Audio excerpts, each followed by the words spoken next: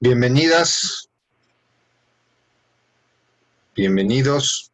Mi nombre es José Manuel Besanilla y en esta ocasión voy a trabajar sobre el análisis de contexto y psicoconductual de las víctimas de desaparición.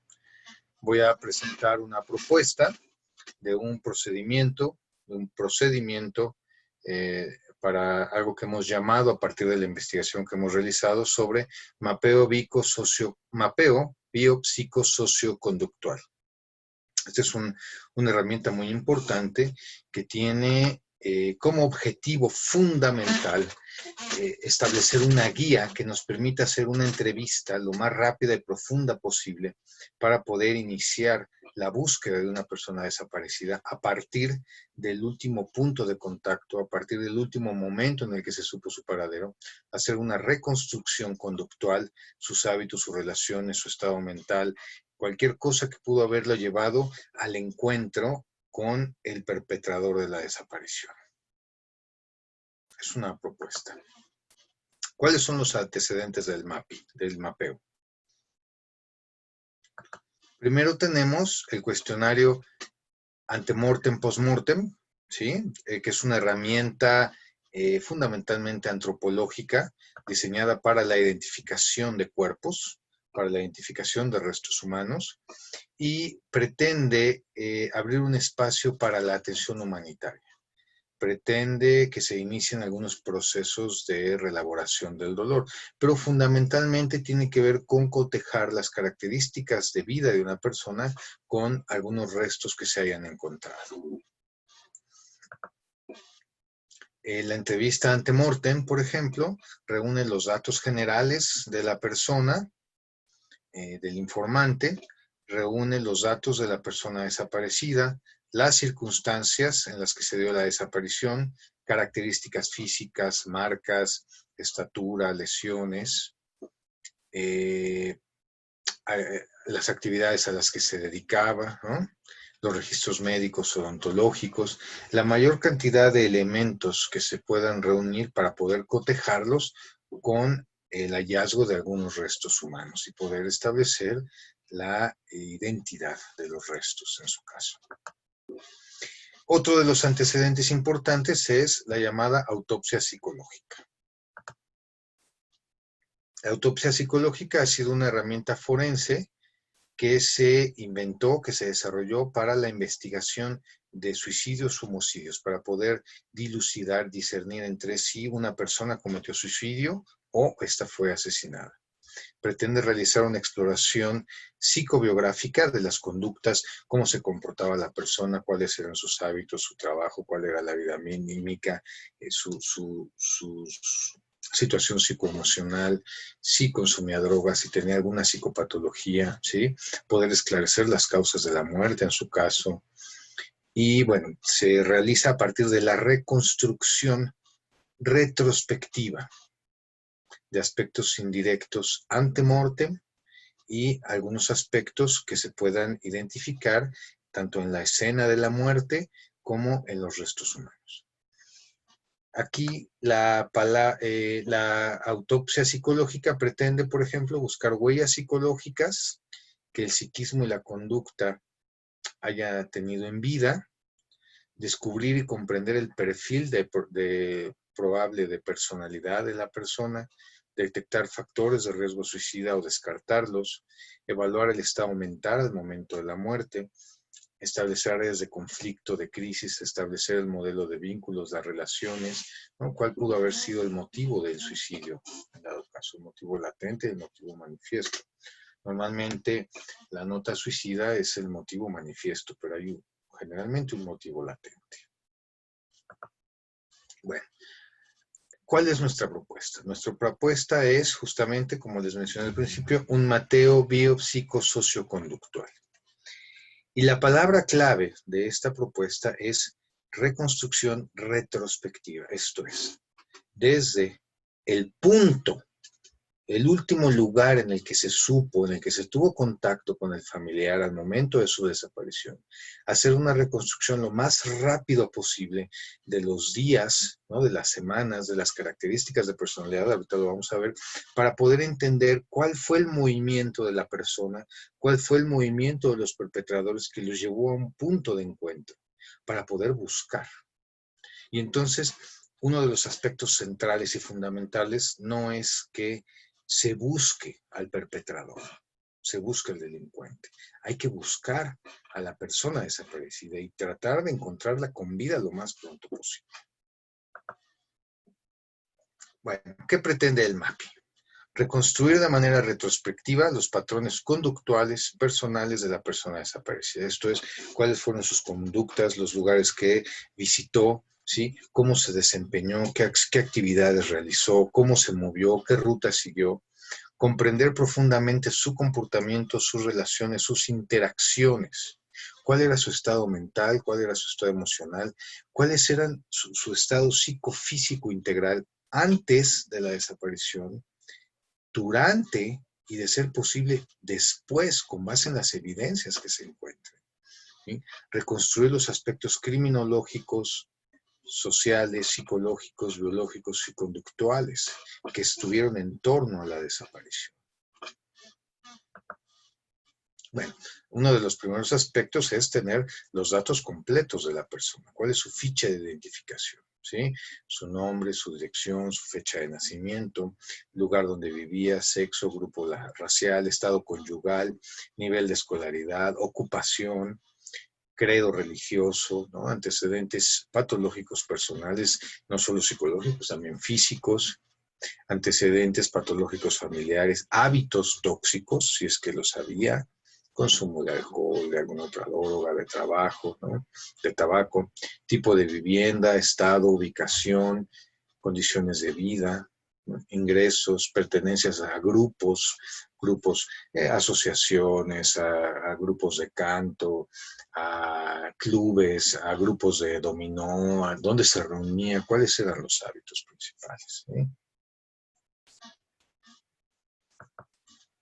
Bueno, lo primero que hay que hacer es hacer un examen psicofisiológico retrospectivo. Esto es, tener con mucha claridad y construir una imagen muy clara de cuál era el nivel de conciencia de la persona, si había alguna alteración en la conciencia, en la atención, en el pensamiento, en los procesos psicológicos, ¿sí? En la orientación, su capacidad intelectual, ¿sí? Si había alguna alteración en el estado de pensamiento, en el estado afectivo, si había alguna psicopatología previa, ¿sí?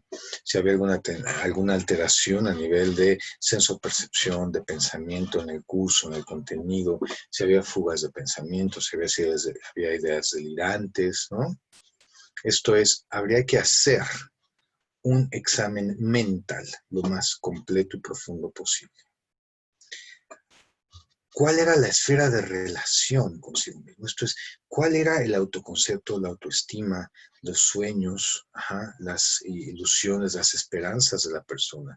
¿Cómo se relacionaba con los demás? ¿Tenía enemigos? ¿Tenía amigos? ¿Quién era su grupo de amigos? ¿Cuáles eran los hábitos principales? ¿Dónde se reunían? ¿Cómo se reunían? ¿Qué hacían cuando se reunían? ¿Sí?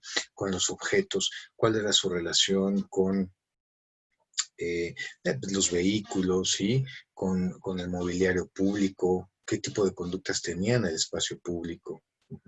¿Tenía algún otro tipo de aficiones, algún pasatiempo que le gustara, algo que lo llevara a invertir tiempo importante y significativo?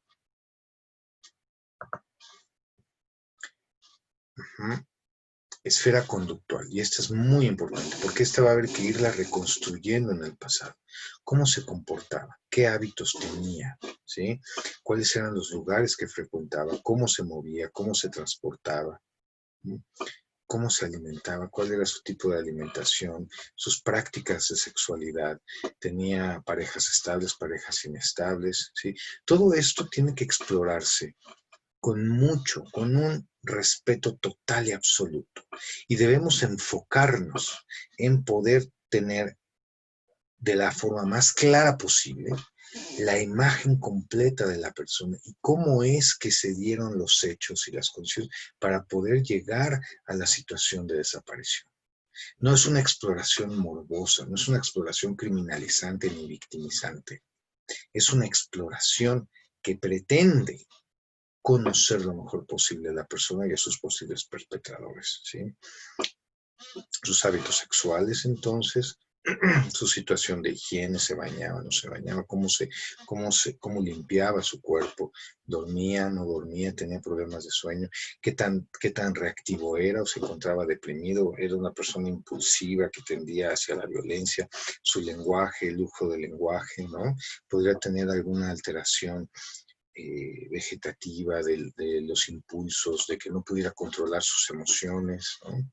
Algún síndrome específico, alguna enfermedad específica. Y aquí un área clave y central, el área de conflictos. Tenía conflicto con alguna persona, tenía costumbres, hábitos de comportamiento que pudieran haber puesto a la persona en riesgo. ¿Había algún tipo de conflicto familiar? ¿Cuáles son las relaciones familiares más cercanas? En la vivienda, ¿había problemas económicos? ¿Había deudas? ¿No? Situación laboral, algún antecedente judicial, antecedentes penales, indicios de agresión, de violencia, alguna reclusión penitenciaria, algún otro hábito antisocial que lo llevara a lastimar a otros. Y esto, reitero, no es para criminalizar, es para comprender la dinámica de los hechos. Habría que construir con mucha claridad, con la mayor claridad posible, un perfil psicológico de la persona. ¿Cuáles son sus aspectos psicológicos, sus emociones, sus sueños, sus anhelos, sus perspectivas de vida, su proyecto de vida? ¿Cuáles eran sus valores principales? ¿Qué era lo bueno? ¿Qué era lo malo? ¿Sí? ¿Qué consideraba correcto? ¿Qué incorrecto? ¿Hubo algunas señales, algunos indicios, algunos comentarios que pudieran señalar, advertir la predesaparición, alguna amenaza, algún encuentro furtivo, alguien que estuviera siguiéndola, ¿no? Sí, algún encuentro desagradable, algún consumo de sustancias, de fármacos, ¿no? Alguna pérdida reciente, la muerte de alguien, la muerte de un ser querido, la pérdida de alguna mascota, de trabajo, algún robo. Es posible, con base en el contexto y en las circunstancias, que tuviera conocimiento de los perpetradores, que supiera quiénes son, que hubiera algún tipo de relación, no necesariamente de amistad, pudiera ser de conflicto. ¿Cuáles son las características del lugar donde ocurrieron los hechos? ¿Dónde, en qué momento y en qué lugar ocurrieron los hechos? ¿Cuál es la hora de la desaparición? Y esto es fundamental, porque lo primero que se tiene que hacer es rastrear la telefonía y de preferencia el GPS del teléfono si es que está encendido, o por lo menos rastrear las últimas conexiones en las antenas después de la desaparición para poder establecer una ruta. ¿Es posible que hubiera más de un perpetrador? Estas personas, ¿hay algún indicio que nos hablara de que pudieran estar bajo la influencia de drogas? ¿Traían armas? ¿Qué pudo haberlos motivado para realizar esto? ¿Cuáles fueron las relaciones que se establecieron? ¿A partir de qué? ¿Sí? ¿Cuál era el sentimiento que pudiera haberse generado entre víctima y victimario? Son temas que son difíciles de explorar y no todos se tienen que trabajar con las familias. Mucho tiene que construirlo el psicólogo forense, el acompañante psicosocial, construir una imagen, sí permitir la participación de la familia, pero no todo se le tiene que preguntar a la familia, ¿no? Hay que también inferirlo y construirlo. Habría que hacer un perfil muy importante. Por ejemplo, los factores de riesgo de la víctima. ¿Cuál es la situación demográfica? ¿Pertenece a un grupo vulnerable? ¿Pertenece a un grupo frágil? ¿Pertenece a un grupo marginado? ¿A un grupo de riesgo? cuáles son las condiciones del barrio, del vecindario donde vive, cuáles eran las condiciones del terreno, del contexto donde se movía la persona, donde se mueve la persona, cuáles son los factores de riesgo en el trabajo, ¿sí? ¿Hay algún antecedente psiquiátrico, antecedentes penales que pudieran darnos un indicio? ¿Cuáles son los hábitos, como ya lo mencioné, algún factor de riesgo sexual, de riesgo social en las relaciones interpersonales? ¿Hay algún antecedente médico? ¿Cuáles son las últimas actividades que se iban a realizar? ¿Sí? Consumo de drogas, alcohol. ¿Cuáles eran las rutinas de la víctima? Y algo muy importante, a partir de ahí construir el perfil de los perpetradores. Y es en este lugar donde es fundamental la construcción del contexto, el conocimiento de los grupos que actúan, de la situación criminal, de cómo se da la dinámica de las interacciones de los grupos delincuenciales. ¿Sí? Fundamental. ¿Existe evidencia física de la desaparición? ¿Hay evidencia conductual? ¿Mm? ¿Es posible generar algún tipo de referenciación, identificar números, teléfonos que hayan estado en interacción? ¿Podemos identificar el punto de contacto entre los perpetradores, la persona desaparecida, la escena primaria, una escena intermedia, alguna escena secundaria? Podemos establecer a partir de la telefonía, de las cámaras de videovigilancia, cómo fue el método de aproximación, cómo lo controlaron, cómo lo sometieron, ¿sí? ¿Hubo preparación y planificación? ¿O fue una desaparición de oportunidad? ¿No estuvo planificado? ¿Podemos encontrar, ubicar algún objeto personal? ¿Hubo una manipulación de la escena? ¿Cómo fue el modus operandi? ¿Qué acciones implementaron los delincuentes? ¿Qué acciones realizaron? ¿Sí? ¿Se enfrentaron a un riesgo? ¿No se enfrentaron? ¿Era un lugar de bajo riesgo para los perpetradores? ¿La forma como implementaron la desaparición les implicaba un riesgo o fue algo relativamente sencillo? ¿Se ve que hay un método, hay un procedimiento establecido para la desaparición o fue algo desordenado, caótico? ¿Se conocían? ¿Había algún tipo de vínculo? El lugar donde ocurrió la desaparición, podemos inferir que lo conocían, que saben manejarse en él, o fue un desastre, ¿no? ¿Hay algún tipo de protección, de impunidad? ¿Pudiera haber conexión con algunos miembros del gobierno, con algunos servidores públicos? ¿La huida fue sencilla, fue complicada? ¿Había rutas? ¿Eligieron un lugar estratégico con rutas de movimiento fácil? ¿Cuántos perpetradores fueron? Es posible establecerlo a partir de la telefonía, a partir del video, a partir del movimiento en la escena. Uh-huh. ¿Cómo se eligió el lugar? ¿Cuál fue la ruta? ¿Hubo vigilancia previa? ¿Sí? ¿Podemos ubicar si hubo heridas o no? ¿Hay restos de sangre? ¿Cuál fue el método que se utilizó para llevarse a la persona? ¿Hay un oficio, hay una práctica cotidiana para realizar esto? ¿Se ve que hay un procedimiento estructurado o no? ¿Fue algo caótico? ¿Los medios de comunicación han generado alguna influencia sobre el caso? ¿Algún otro factor inesperado, algún error que hayan cometido, algún indicio que hayan dejado? ¿Sí? ¿Hay un deterioro del modus operandi? ¿O ha ido un aprendizaje y una mejora?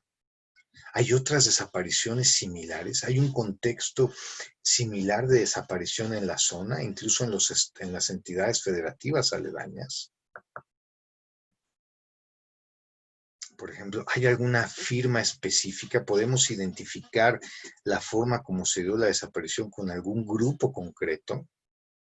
¿Cuál es el sentido? ¿Para qué realizan estas desapariciones? ¿Cuál es el objeto? ¿Hay alguna necesidad de enviar un mensaje específico? realizan las desapariciones en una zona conocida, controlable, que ya es identificada.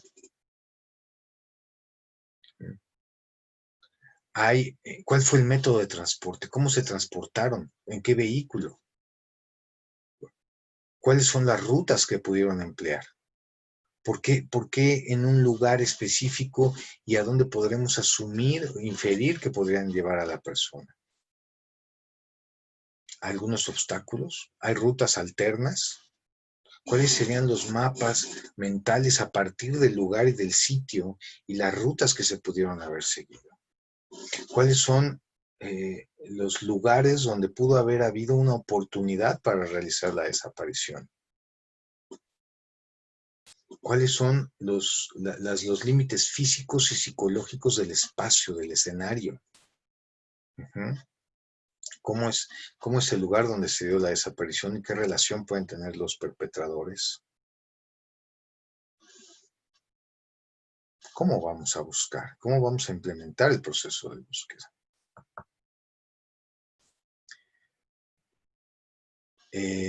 ¿Hay casos similares? ¿Es un único caso en esta zona? ¿Se han identificado casos similares, modus operandi similares? ¿Conocemos la historia de otras familias?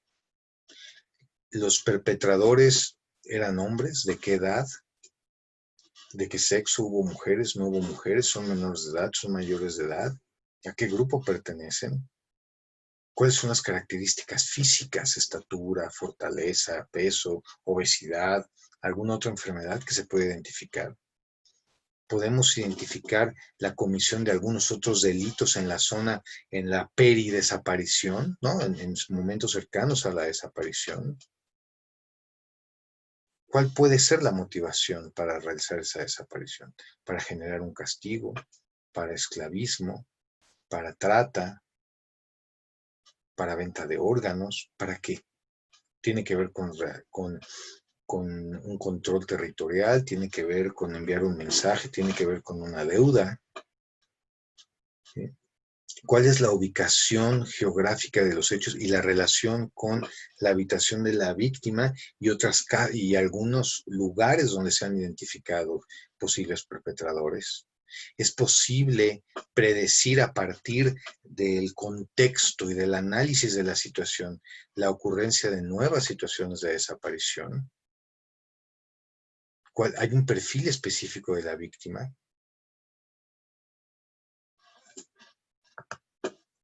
Bueno, esta es una propuesta muy general, algunas preguntas generales que se tienen que ir desarrollando. Es una guía, pero es una guía para poder visualizar y para poder realizar una construcción retrospectiva.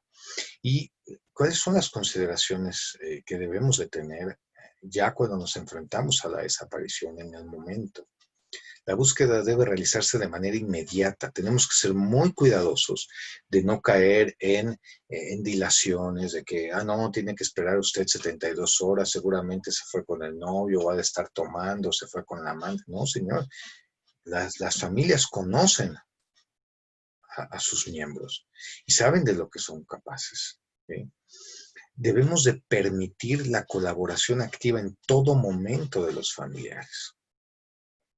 La reconstrucción con esta propuesta del mapping debe realizarse de manera retrospectiva, como ya mencioné, desde el último punto donde se conoció el paradero de la persona hacia atrás y poder identificar cuál fue la trayectoria y cómo se dio el punto de confluencia entre la persona y los perpetradores. Obviamente debe de realizarse esto lo más rápido y lo más completa posible, pero sin generar situaciones de revictimización, también de la forma más respetuosa posible. Se debe proteger en todo momento la dignidad y la seguridad de los familiares, prevenir la revictimización, la estigmatización, la criminalización, porque la entrevista va a ser muy dura. Y la entrevista, si no la hacemos con cuidado y con respeto, va a cerrar los canales de comunicación con las familias. Tenemos que construir el equipo de búsqueda, tanto el psicólogo forense como el acompañante psicosocial, como los abogados, como los otros profesionales que participan. Una imagen lo más clara y amplia posible sobre la situación biopsicosocial de la persona. Bueno, por mi parte es todo. Muchas gracias, agradezco su atención y nos vemos en la próxima.